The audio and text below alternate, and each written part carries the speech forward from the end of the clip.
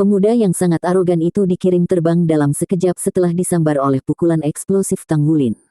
Saat tinjunya terhubung dengan wajah pemuda itu, Tang Wulin melepaskan ikatan rumput Blue Silvernya, memungkinkan pemuda sombong itu terbang keluar ruangan seperti cangkang artileri.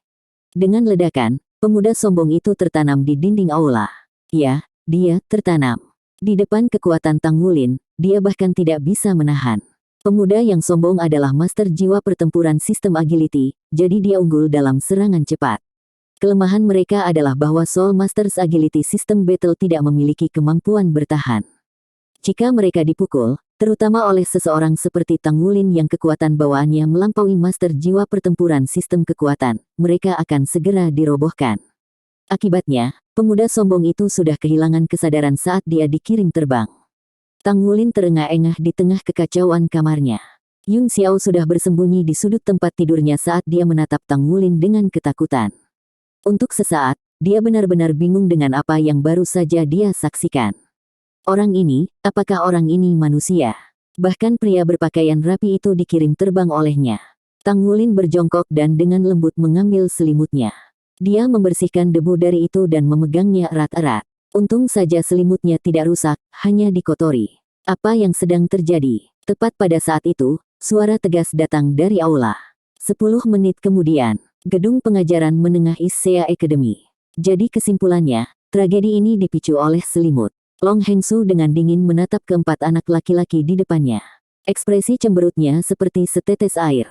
Zhou Zangqi, Yun Xiao, Tang Wulin, dan pemuda sombong itu semuanya berdiri berdampingan. Mata pemuda yang sombong itu memiliki pancaran sedingin es di dalamnya yang kadang-kadang akan melirik Tang Wulin dari waktu ke waktu. Ekspresi Zhou Zangqi pucat, dan dia dipenuhi dengan memar dari ujung kepala sampai ujung kaki. Jika seseorang memperhatikan, mereka akan menemukan jejak ketakutan di matanya yang bahkan menolak untuk melakukan kontak dengan Tang Wulin. Yun Xiao adalah orang yang benar-benar menjelaskan apa yang telah terjadi. Setelah mendengar cerita Yun Xiao, Long Hengsu memahami apa yang terjadi. Tang Wulin berdiri di sana dengan selimut kuat di tangan, hanya melihat bunga bersulam dengan kepala menunduk. Matanya yang besar dan cantik dipenuhi dengan sifat keras kepala. Zhou Zangqi, awalnya dengan jiwa bela diri seperti milikmu, kamu akan ditugaskan ke kelas 3, namun peringkat kekuatan jiwamu terlalu rendah. Sekarang tampaknya perilaku moral Anda sama rendahnya. Dipukuli melayani Anda dengan benar. Kamu akan berada di kelas 5 secara permanen, Long Hengsu berkata dengan dingin. Zhou Zangqi ingin membantahnya, tetapi ketika dia melihat ekspresi cemberut Long Hengsu, dia tidak berani berbicara. Kalian berdua juga. Berjuang segera setelah Anda memasuki akademi. Anda berdua akan berada di kelas 5. Dipukuli hanya menguntungkan Anda juga. Long Hengsu mengatakan ini pada Yun Xiao dan pemuda arogan itu kali ini. Pemuda yang sombong itu sepertinya tidak mengerti kata-kata Long Hengsu sama sekali karena pandangannya tertuju pada Tang Wulin sepanjang waktu.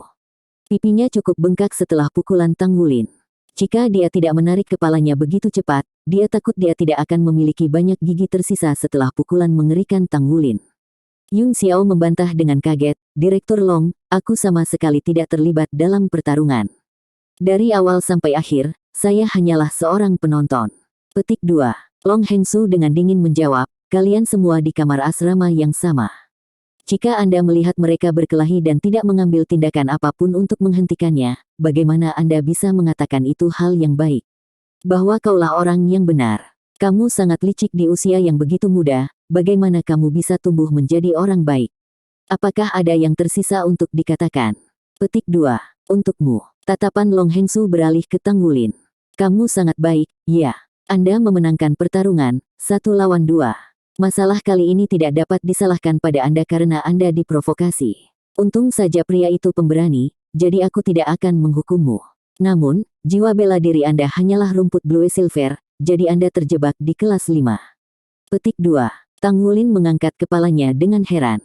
Dia berpikir bahwa dia akan menerima hukuman terberat, lagi pula, dialah yang memukul mereka, dan juga tidak ringan. Zhou Zangqi dipenuhi memar ungu sementara wajah pemuda yang sombong itu bengkak seperti roti kukus, namun dia tidak dihukum. Terima kasih atas keadilan Anda, kata Tang Wulin buru-buru. Long Hengsu dengan acuh tak acuh berkata, meskipun ada alasan untuk pertarungan, masih ada kebutuhan untuk mengganti kerugian. Saya akan memberi Anda biaya untuk memperbaiki jendela, tempat tidur, dan dinding nanti sehingga Anda dapat membayarnya kembali. Petik 2. Ah, Tang Wulin tercengang. Bayar. Dia hanya memiliki 3.000 koin federal yang telah diberikan ayahnya.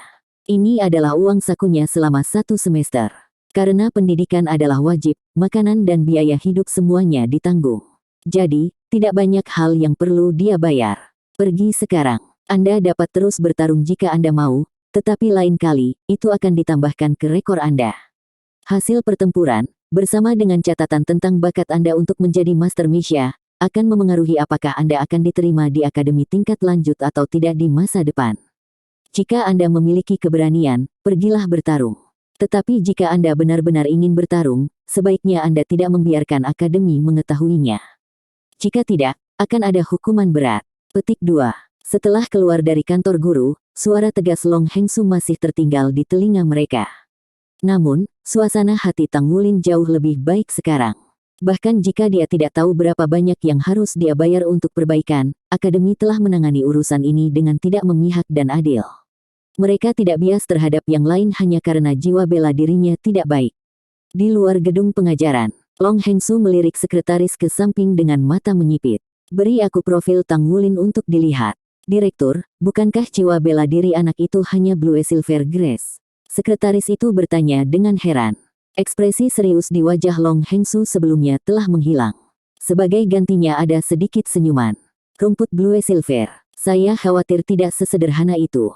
Dia mampu memukuli 2 orang sendirian pada hari pertamanya, dan salah satu dari anak-anak itu berasal dari keluarga Xie. Bagaimana seorang bocah nakal dengan hanya Blue Silver Grace bisa mencapai ini? Apalagi ia mampu menumbuhkan jiwa bela diri sampah seperti Blue Silver Grace ke peringkat 11 di usia muda 9 tahun. Hanya ini akan membuatnya menjadi anak ajaib. Bertentangan dengan apa yang mungkin Anda pikirkan, kita harus memperhatikan dia. Petik 2. Mereka kembali ke kamar asrama, tapi masih berantakan. Tidak ada yang membersihkannya untuk mereka. Tang Wulin diam-diam meletakkan selimutnya di atas meja, lalu mengambil semua barangnya. Zhou Zhangqi berdiri ke samping, mengepalkan dan membuka tinjunya dengan erat beberapa kali. Pemuda yang sangat arogan itu melirik Yun Xiao yang berada di bawah tempat tidur susun mereka, lalu menunjuk ke atas. Kamu naik. Yun Xiao tertegun sejenak. Namun, dalam menghadapi ekspresi jahat pemuda sombong itu, dia memilih untuk tersenyum dan dengan cepat membersihkan barang-barangnya sebelum naik ke ranjang teratas. Dia adalah orang yang pandai dan banyak akal, mengapa dia pergi dan memprovokasi gunung berapi yang bisa meletus kapan saja. Tangan pemuda yang sangat arogan itu berkedip dengan cahaya cemerlang sejenak, menyebabkan spray bersih secara misterius muncul di tangannya. Setelah itu, dia membentangkan spray di atas tempat tidur. Sedangkan untuk tempat tidur susun di sisi lain ruangan, tempat tidur atas telah hancur sedangkan tempat tidur bawah adalah milik Zhou Zhangqi. Tang Wulin merapikan barang-barangnya, lalu meletakkannya di tempat tidur bawah. Setelah meletakkan barang-barangnya, dia berbalik dan dengan dingin menatap Zhou Zhangqi. Kamu bangun. Zhou Zhangqi meraung. Tang Wulin dengan dingin menjawab, pergilah. Kamu, Zhou Zhangqi ingin bangun dengan marah. Jangan terlalu impulsif. Apakah Anda sudah lupa apa yang dikatakan Direktur Long? Mungkinkah Anda tidak ingin menjadi Meh Master di masa depan? Kata Yun Xiao sambil melompat dari tempat tidur atas. Nafas Zhou Zhangqi jelas sedikit compang camping saat Tang Wulin mengambil ranjang atas yang hancur, merobeknya, dan kemudian melemparkannya keluar jendela. Seluruh ranjang teratas telah dilenyapkan sepenuhnya. Seharusnya yang ini, seorang anggota staf Akademi Paruh Baya berkata sebelum dia memasuki ruangan dengan tempat tidur kayu. Dia melihat suasana yang aneh di antara keempat anak laki-laki itu, dan tertawa sendiri, benar. Berjuang di hari pertama sekolah, kalian pasti punya masa depan cerah. Jika kalian semua ingin terus berjuang, datanglah ke tempat tidur ini dengan seluruh kekuatan kalian. Harganya 10.000 koin federal. Jadi lanjutkan dan bertarunglah. Dengan cara itu, bonus saya akan menjadi lebih besar. Saat dia mengatakan ini, dia mengangkat papan tempat tidur dan meletakkannya di atas tempat tidur susun. Papan tempat tidur masuk dengan sempurna. 10.000 koin federal. Tang Wulin terbelalak karena terkejut. Itu hanya papan tempat tidur. Guru, apakah kita harus membeli yang itu, atau bisakah kita keluar dan membelinya? Tang Wulin buru-buru bertanya. Guru mendengus dan berkata, apakah menurut Anda akademi adalah rumah Anda? Perusakan properti adalah kejahatan serius di sini. Saya berasumsi bahwa Anda adalah Tang Wulin. Total biaya untuk memperbaiki jendela, papan tempat tidur, dan dinding adalah 34.000 koin federal. Cepat dan bayar biaya perbaikan di kantor administrasi. 34.000 koin federal. Tang Wulin tercengang ketika mendengar nomor ini. Semua uang yang dia peroleh selama 3 tahun penempaan hanya berjumlah sampai 30.000 koin federal. Ini terlalu mahal. Ketika Zhou Zhangqi, yang telah memelototi Tang Wulin, mendengar ini, dia segera naik ke ranjang teratas tanpa mengucapkan sepatah kata pun.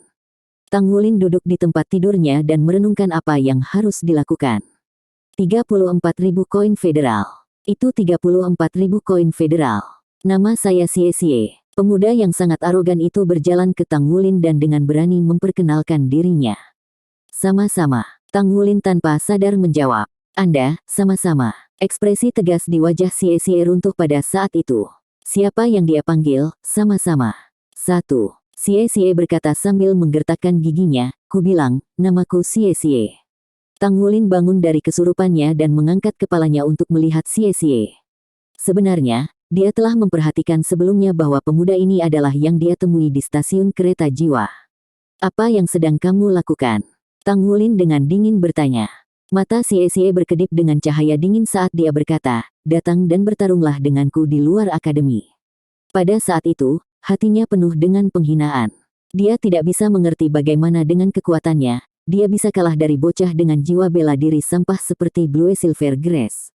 Bocah ini memiliki tinju yang kuat bahkan sampai sekarang, Xie Xie mengalami kesulitan untuk berbicara. Sejak kecil hingga sekarang, dia belum pernah dipukuli sebelumnya. Dia tidak bisa menerima kata-kata Long Hengsu atau noda ini di catatannya.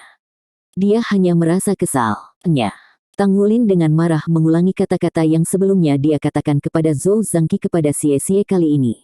Apa katamu? Aura yang kuat dan dingin meledak keluar dari tubuh Xie Xie. Tang Wulin menatapnya dengan sepasang mata berapi-api, kamu masih belum selesai menindas orang. 34.000 koin federal. Tahukah Anda berapa 34.000 koin federal bagi saya? Karena Anda sedang mencari kematian, saya akan memukul Anda sampai mati. Dalam kasus terburuk, saya tidak akan bisa menghadiri akademi ini lagi. Petik 2. Kamu masih terganggu dengan itu. Xie Xie menatapnya dengan tatapan kosong. Dia tidak pernah khawatir tentang uang, jadi 34.000 koin federal tidak ada artinya baginya. Tang Wulin menjawab, mungkin 34.000 koin federal tidak banyak bagi Anda orang kota, tetapi sejauh yang saya ketahui, saya tidak akan bisa mendapatkan sebanyak itu bahkan setelah bekerja selama beberapa tahun. Jangan memprovokasi saya lebih jauh, jika tidak Anda hanya akan mempertaruhkan hidup Anda. Petik 2. Saat Xie Xie menatap mata merah Tang Wulin, dia tidak yakin mengapa, tetapi sikapnya yang mengesankan sedikit berkurang. Aku akan membayar uangnya, jadi bertarunglah denganku. Xie Xie dengan dingin berseru. Tang Wulin bertanya dengan bingung, kamu akan membayarnya? Xie Xie melihat kemerahan memudar dari mata Tang Wulin dan terkejut. Dia tidak yakin apa yang harus dia katakan sekarang kepada anak nakal ini. Saya akan membayar, Xie Xie berkata dengan gigi terkatup. Bagus. Tang Wulin takut dia akan mengingkari, jadi dia langsung menerimanya. Itu adalah 34.000 koin federal. Kapan kita bertengkar? Hanya satu pertempuran dan dia akan mendapatkan 34.000 koin federal. Dia bahkan akan membiarkan dirinya dipukuli karena uang sebanyak itu. Di depan penampilan Tang Wulin yang bersemangat, Xie Xie tidak bisa membantu tetapi merasa tidak nyaman. Besok, dia berkata, sebelum berbalik dan pergi. Dia ingin merawat wajahnya yang bengkak dulu, kalau tidak dia harus menanggung penampilan seperti ini lebih lama lagi. Setelah keluar dari kamar, handuk muncul entah dari mana dan menutupi wajahnya. Ketika Tang Wulin melihatnya pergi, dia berpikir, orang-orang kota ini benar-benar kaya. Yun Xiao terbatuk. Sekarang waktunya makan siang. Tang Wulin, apakah kamu ingin pergi bersama? Petik 2. Kedengarannya bagus. Tang Wulin mengangguk karena dia sudah lapar sejak lama. Zhou Zhangqi melompat dari ranjang atas. Keengganan dan kemarahan telah menghilang dari wajahnya dan dia jelas tidak terlalu bermusuhan dengan Tang Wulin daripada sebelumnya. Penyebab perubahan ini sangat sederhana, itu karena biaya perbaikan yang mencapai 34.000 koin federal. Tang Wulin bukan satu-satunya yang tidak kaya di sana. Zhou Zhangqi juga berasal dari keluarga biasa. Dia juga merasa takut ketika mendengar biaya yang sangat mahal untuk perbaikan. Insiden ini hanya dimulai karena dia. Tang Wulin, bagaimanapun, sama sekali tidak meminta kompensasi padanya. Tindakan ini memberinya kesan yang lebih baik tentang Tang Wulin. Yun Xiao memimpin dengan Tang Wulin dan Zhou Zhangqi mengikuti di belakang. Ruang makan divisi perantara adalah sebuah bangunan kecil yang terletak di samping gedung sekolah utama. Bangunan itu memiliki 3 lantai, yang menampung semua 6 kelas dari akademi menengah. Siswa kelas 1 dan 2 makan di lantai 1. Ruang makan hanya memiliki meja tanpa kursi. Ini adalah salah satu kebiasaan akademi ISEA. Siswa harus makan sambil berdiri, untuk meningkatkan rasa urgensi. Ada 3 jendela berlabel 1, 2 dan 3. Yun Xiao menjelaskan hal ini kepada Tang Wulin, memungkinkannya untuk memahami bahwa jendela ketiga memiliki makanan gratis, jendela kedua disubsidi, sedangkan jendela pertama membutuhkan pembayaran penuh dari siswa. Secara alami, jendela pertama menyediakan makanan terbaik, diikuti jendela kedua, sedangkan jendela ketiga menyediakan makanan paling dasar. Di papan di samping jendela ketiga tertulis, roti kukus. Zhou Zhangqi melirik Tang Wulin. Tang Wulin, karena akademi tidak mengizinkan kita bertarung, bagaimana kalau kita mengadakan kontes untuk melihat siapa yang bisa makan roti kukus paling banyak? Apakah kamu berani? Petik 2.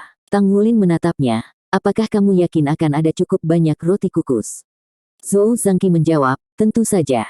Jendela ketiga adalah makan sepuasnya. Ini dapat memasok sebanyak yang Anda inginkan. Bagaimanapun juga, kami Soul Master makan lebih banyak makanan daripada orang biasa. Petik 2. Tang Wulin bertanya, apa taruhannya dalam kontes makan ini? Zhou Zhangqi menjawab, siapapun yang kalah akan bertugas membersihkan kamar asrama. Jadi jika saya kalah, saya akan mencuci semua pakaian kotor Anda. Bagaimana dengan itu? Petik 2. Tang Wulin menghela nafas lembut. Saya sangat lapar. 1. Nama Xie terdengar seperti terima kasih dalam bahasa China. Tang Wulin salah dengar dan secara refleks menjawab dengan, sama-sama, ketika Xie memperkenalkan dirinya. Tang Wulin menemukan masalah. Sepertinya dia makan lebih banyak saat berdiri daripada saat duduk. Sudah cukup banyak orang yang mengelilinginya. Perut orang ini tidak terlalu besar, tapi bagaimana dia bisa makan sebanyak itu? Dia akan memecahkan rekor. Aku ingat rekor roti kukus dari akademi menengah kita adalah 43. Berapa banyak yang sudah dimakan orang ini? Petik 2. Dia sudah memecahkan rekor dengan makan 45. Betapa hebatnya. Terlebih lagi, dia bahkan tidak terlihat seperti pemakan besar. Roti kukus juga seukuran telapak tangan. Roti kukus akademi selalu sebesar ini. Petik 2. Zhou Zhangqi sudah lama mulai dengan bodohnya menatap Tang Wulin. Dia selalu berpikir dia bisa makan banyak. Bahkan, ia sempat makan 20 roti kukus sebelum terlalu kenyang. Ini hanyalah daging giling bersama dengan sup sayuran. Tang Wulin tidak hanya makan roti kukus, tapi dia juga meminum supnya. Setiap 5 roti, dia akan minum 1 suapan penuh sup. Dia tampak seolah-olah dia benar-benar menikmati dirinya sendiri. Roti kukus seukuran telapak tangan benar-benar enak.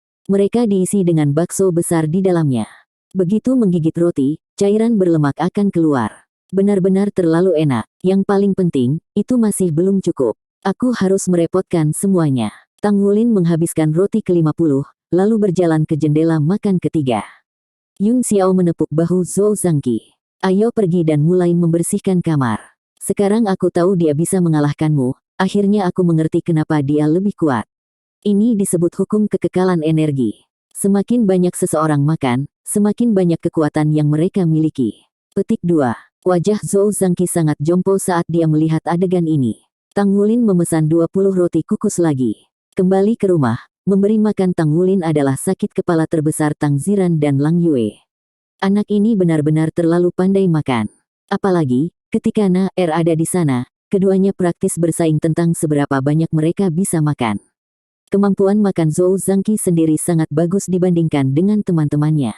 Di sisi lain, Tang Wulin pada dasarnya berada di level yang sama sekali berbeda. Setelah menghela nafas panjang, Zhou Zhangqi melihat ke arah Tang Wulin.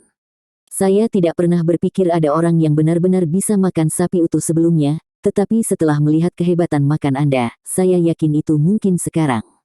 Saya setuju untuk bertaruh jadi saya harus menerima kekalahan ini. Aku akan kembali dan mulai membersihkan dulu. Anda dapat melanjutkan dengan menetapkan rekor Anda. Petik 2. Tang Wulin tidak terlalu khawatir tentang menang atau kalah. Baginya, makan sampai kenyang jauh lebih penting. Pada akhirnya, Rekor roti kukus Akademi Menengah ditetapkan pada 80 roti dan 5 mangkuk besar sup sayuran. Ketika Tang Wulin meninggalkan ruang makan dengan perasaan puas, semua mata tertuju padanya. Setelah kembali ke asrama, Zhou Zhangqi sedang membersihkan kamar, tetapi menghindari cucian Tang Wulin karena Tang Wulin tidak mengizinkannya. Tang Wulin ingin mencucinya sendiri. Yun Xiao membantu Zhou Zhangqi membersihkan kamar. Akhirnya suasana ruangan menjadi lebih harmonis. Tepat ketika mereka selesai membersihkan kamar, Xie Xie masuk dengan wajah terbungkus handuk. Pembengkakan di wajahnya jelas telah berkurang banyak, tapi tetap tidak sedap dipandang seperti sebelumnya. Untukmu. Dia melempar kantong kertas ke arah Tang Wulin. Tang Wulin membukanya dan melihat setumpuk uang federal. Menghadapi semua uang ini, Tang Wulin tidak bisa membantu tetapi tampak sedikit linglung. Ketika dia mencoba mendapatkan 30.000 koin federal di kota Glorybound, itu membutuhkan waktu 3 tahun penuh. Namun bagi orang-orang kaya ini, itu hanyalah uang saku. Kita mulai kelas besok, jadi besok malam, sepulang sekolah, kamu akan ikut denganku. Xie Xie dengan dingin berkata. Baik, Tang Wulin setuju tanpa ragu sedikit pun. Yun Xiao berkata, Xie Xie, biarkan saja. Kami akan tinggal di asrama yang sama selama 6 tahun ke depan. Petik 2. Xie Xie dengan dingin menatapnya, lalu tanpa basa-basi berbaring di ranjang bawahnya. Tang Wulin bertanya pada Yun Xiao, tidak akan ada masalah jika aku keluar siang ini, kan? Yun Xiao menjawab, kami belum secara resmi memulai kelas, jadi tentu saja tidak akan ada masalah. Anda hanya perlu kembali sebelum lampu padam. Jika tidak, Anda akan dihadapkan pada tindakan disipliner. Petik 2. Ketika dia mendengar tindakan disipliner, hati Tang Wulin menegang sejenak. Dia sebenarnya tidak takut akan tindakan disipliner, melainkan dia takut akan potensi denda. Aku akan kembali nanti. Setelah mencuci pakaian dan selimut kotornya, Tang Wulin meninggalkan asrama. Menurut instruksi Mang Tian, setelah tiba di kota Issea, Tang Wulin harus pergi ke tempat yang disebut Asosiasi Pandai Besi. Mang Tian telah memberinya alamat bengkelnya di Issea City.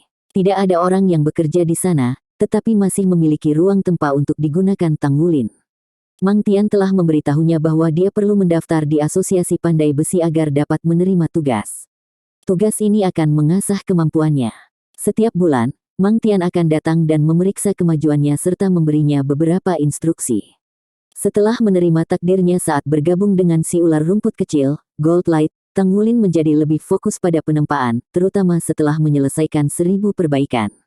Menyelesaikan Tousan Refinements membuatnya mengerti bahwa di masa depan, dia kemungkinan besar akan menjadi pandai besi seperti gurunya. Karena itu, dia tidak bisa santai dan harus terus menyempurnakan keterampilan tempanya. Apalagi dia bisa mendapatkan uang dengan menempah. Selain untuk menambah penghasilan keluarganya, dia membutuhkan uang untuk menjelajahi benua untuk mencari di masa depan.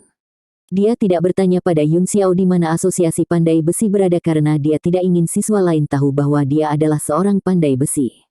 Dia pertama kali pergi ke gedung administrasi untuk membayar denda sebelum meninggalkan kampus akademi. Suasana asing di Issea City sekali lagi menekan hati Tang Wulin. Kota Glorybound benar-benar yang terbaik. Di sana sangat bagus dan damai. Petik 2. Meskipun dia tidak tahu di mana Asosiasi Pandai Besi, dia masih memiliki mulut di bawah hidungnya. Dia selalu bisa bertanya pada seseorang. Setelah membuat beberapa pertanyaan, dia memperoleh pemahaman kasar tentang di mana Asosiasi Pandai Besi berada. Issea City sangat besar. Faktanya, itu beberapa kali lebih besar dari kota Glorybound. Demi menghemat uang, Tang Wulin menjalani seluruh perjalanan ke Asosiasi Pandai Besi. Tidak terlalu buruk. Asosiasi Pandai Besi tidak jauh dari Akademi Issea dan Tang Wulin telah makan sampai kenyang saat makan siang. Setelah berjalan setengah jam, tujuannya sudah terlihat. Asosiasi Pandai Besi mudah dikenali dengan bangunan berwarna abu-abu dan tinggi 30 lantai, di bagian paling atas, desain palu. Dengan desain ini, bahkan tidak perlu mengukir nama asosiasi di atas piring. Tang Wulin berjalan melalui pintu kaca besar di lantai pertama dan langsung dihadapkan pada dinding setinggi 10 meter dengan patung palu emas setinggi 8 meter di atasnya. Meskipun Asosiasi Pandai Besi tidak sekaya Asosiasi Pengrajin Misha, itu masih merupakan keberadaan yang diperlukan. Status pandai besi kelas 1 dalam masyarakat sangat tinggi. Faktanya, status mereka sebanding dengan Misha Craftsman Grandmaster. Untuk membuat Misha kelas 1, material kelas 1 secara alami dibutuhkan. Karena itu, Pandai besi kelas 1 dibutuhkan untuk memproses bahan kelas 1. Longe di lantai pertama sangat luas dan kosong. Hanya ada 2 wanita muda berpakaian abu-abu di meja resepsionis. Adik kecil, siapa yang kamu cari? Ketika mereka melihat Tang Wulin berjalan ke arah mereka, salah satu dari 2 wanita yang berpenampilan manis mengambil inisiatif untuk berdiri dan menyambutnya. Tang Wulin dengan malu-malu berkata, saya di sini untuk mengikuti tes peringkat pandai besi. Puci, wanita muda yang berkembang dengan baik di samping tertawa dan berkata sambil tersenyum, lihat dia, wajahnya sudah merah. Adik kecil, matamu sangat cantik. Petik 2. Wanita muda yang tampak manis menegur, jangan terlalu berisik, Yuan. Adik kecil, Anda ingin mengikuti tes peringkat pandai besi. Petik 2. Tang Wulin mengangguk dan menjawab dengan agak cemas, iya. Wanita muda yang manis berkata, di mana keluargamu? Atau gurumu? Petik 2. Tang Wulin menggelengkan kepalanya. Guruku menyuruhku datang sendiri dan menyuruhku mencari seseorang bernama Grandmaster Chen Yue. Ketika mereka mendengar nama Chen Yue, ekspresi kedua wanita muda itu menegang dan wanita muda yang manis itu dengan tergesa-gesa berkata, mohon tunggu sebentar. Saya akan bertanya apakah Grandmaster Chen Yue tersedia sekarang. Pernahkah Anda berbicara dengan Grandmaster Chen tentang komunikator jiwa? Petik 2. Tang Wulin menggelengkan kepalanya sekali lagi. Bagaimana mungkin dia memiliki seorang komunikator jiwa? Meskipun seorang komunikator jiwa nyaman, biaya komunikasi dan peralatannya sangat mahal. Bahkan kampung halamannya hanya memiliki 1 komunikator berjiwa tetap. Dia bahkan berencana untuk mencari komunikator jiwa yang dioperasikan dengan koin untuk menelepon ibu dan ayahnya nanti dan melaporkan bahwa dia aman dan sehat. Grandmaster Chen, ada seorang anak yang mencarimu. Itu benar. Dia memiliki mata yang sangat besar dan mengenakan pakaian biasa. Wanita muda yang terlihat manis berkata sambil menekan nomor untuk menghubungkan ke Grandmaster Chen. Setelah menutup komunikator, wanita muda yang manis itu berkata kepada Tang Wulin, adik laki-laki, Grandmaster Chen punya waktu sekarang. Ikuti aku. Saat dia mengatakan ini, dia mulai membimbing Tang Wulin ke sisi aula besar.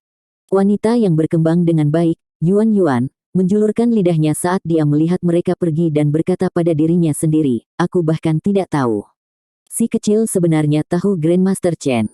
Petik 2. Ketika pintu logam lift jiwa terbuka, Tang Wulin hampir melompat ketakutan. Ini adalah pertama kalinya dia melihat yang seperti ini. Ayo, kemarilah. Wanita muda yang manis itu tidak menggodanya sama sekali. Sebaliknya, dia memberinya senyuman lembut. Tang Wulin pergi ke sisinya. Wanita muda yang manis itu berkata, nama saya Yun Xiaoling. Kantor Grandmaster Chen ada di lantai 15. Aku akan membawamu menemuinya dan kemudian dia akan membawamu untuk melakukan tes peringkat pandai besi. Petik 2. Terima kasih kakak, kata Tang Wulin dengan sopan. Yun Xiaoling menatapnya, tatapannya bergerak ke atas dan ke bawah, menilai dia. Meskipun anak ini mengenakan pakaian yang sangat sederhana, dia masih sangat tampan. Yang terpenting adalah matanya yang besar, yang bahkan bisa membuat seorang gadis cemburu.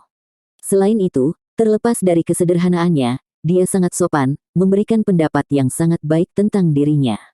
Ding! Lift berhenti di lantai 15 dan pintu terbuka. Dindingnya terbuat dari logam putih sedangkan langit-langit dan lantainya juga putih. Rapi dan rapi, itulah kesan pertama Tang Wulin. Ada 2 ruangan di kedua sisi aula yang mengarah keluar lift. Yun Xiaoling membawanya ke salah satu pintu yang memiliki papan nama Chen Yue di atasnya. Dia menekan tombol di atasnya. Grandmaster Chen, ini Yun Xiaoling. Saya telah membawa anak itu ke sini. Petik 2. Suara yang dalam terdengar dari dalam ruangan. Lalu pintu terbuka. Kantor itu berukuran sekitar 30 meter persegi dengan meja kayu besar yang menghabiskan hampir 1/4 ruangan-ruangan. Di belakang meja kayu berdiri seorang pria berusia 40-an. Pria ini tidak terlalu tinggi, tapi dia sangat tegap. Bahunya sangat lebar, dengan jaket hitam diletakkan di atas pantatnya. Saat ini, dia sedang melihat rencana desain yang ada di mejanya. Grandmaster Chen, Yun Xiaoling dengan lembut memanggil. Chen Yue mengangkat kepalanya dan melihat ke atas. Tatapannya segera tertuju pada Tang Wulin saat dia menatapnya dengan mata penasaran. Kamu adalah murid Mang Tian. Iya. Halo Grandmaster Chen. Guru menyuruh saya untuk menyambut Anda di tempatnya, kata Tang Wulin dengan hormat. Mata Chen Yue berkerut saat dia mengerutkan kening. Mang Tian, pria itu selalu mengarahkan pandangannya untuk melampaui puncak, namun dia benar-benar menerima murid muda sepertimu. Ayo pergi. Aku akan membawamu untuk mengikuti tes peringkat pandai besi. Petik 2. Pandai besi hidup di dunia logam dan sama sekali tidak peduli tentang masalah duniawi lainnya. Meskipun dia tidak yakin Mang Tian menerima murid yang begitu muda, tes peringkat akan memverifikasi semuanya. Yun Xiaoling berkata, Grandmaster, saya akan turun lagi. Chen Yue mengangguk ketika Yun Xiaoling tersenyum pada Tang Wulin sekali lagi sebelum berangkat. Chen Yue membawa Tang Wulin keluar dari kamar segera setelah itu dan sekali lagi memasuki lift jiwa. Mereka naik lift ke bawah bersama Yun Xiaoling, kecuali kali ini, mereka turun di lantai 3.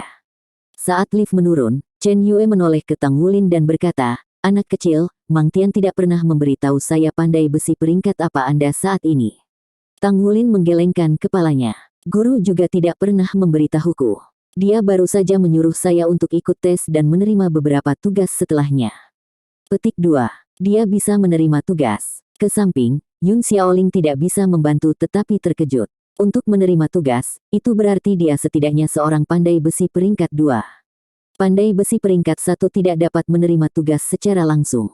Sebaliknya, pandai besi dengan pangkat lebih tinggi harus menerima tugas dan menugaskan beberapa pekerjaan kepada mereka. Chen Yue bertanya lagi, kalau begitu, apakah kamu mengerti bagaimana barisan pandai besi diatur? Tang Wulin mengangguk. Guru berkata bahwa pandai besi dibagi menjadi 9 peringkat. Pandai besi peringkat 1 dan 2 adalah peringkat master. Peringkat 3 dan 4 adalah grandmaster. Peringkat 5 dan 6 adalah pengrajin ahli. Peringkat 7 dan 8 adalah pengrajin suci dan di puncak peringkat 9, mereka adalah pengrajin ilahi. Petik 2. Chen Yue mengangguk. Tepat pada saat itu, lift telah mencapai lantai 3. Selamat tinggal kakak perempuan. Tang Wulin mengucapkan selamat tinggal pada Yun Xiaoling saat dia mengikuti Chen Yue keluar dari lift. Dibandingkan dengan lantai 15 yang tenang, lantai 3 asosiasi pandai besi jauh lebih berisik. Tang Wulin mendengar suara dentingan pandai besi yang akrab di tempat kerja di seluruh aula. Chen Yue membawa Tang Wulin ke meja depan dan berkata kepada anggota staf, buka ruang pengujian untukku dan minta surveyor untuk datang. Grandmaster Chen, apakah ini murid Anda? Dia sangat muda. Apa dia berumur 12 tahun?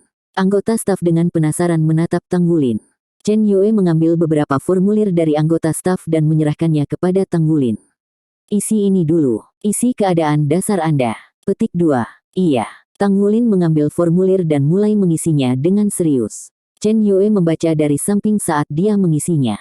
Tang Wulin. Lahir di kota Glorybound. 9 tahun. Divisi Menengah East Sea Academy. Kelas 1. Anda baru berusia 9 tahun. Petik 2. Pada masalah ini, dia dan anggota staf tercengang. Dia baru berusia 9 tahun namun dia datang untuk mengikuti tes pandai besi. Ini tidak terjadi di asosiasi pandai besi selama bertahun-tahun. Secara historis, testis termuda berumur 8 tahun 6 bulan. Selain itu, orang itu sekarang bekerja di lantai 30 asosiasi pandai besi. Orang itu adalah jenius pandai besi sekali seumur hidup. Sekarang di depan mata mereka ada seorang anak yang baru berusia 9 tahun. Jika dia bisa lulus ujian pandai besi, lalu apa artinya itu? Chen Yue memikirkan hal ini dengan lebih tertarik karena Tang Wulin sebelumnya mengatakan bahwa Mang Tian membiarkannya menerima tugas secara langsung. Itu berarti anak ini setidaknya adalah pandai besi peringkat 2. Ini adalah pencapaian yang memecahkan rekor. Anggota staf berkata, Grandmaster Chen, ruang pengujian 3 terbuka.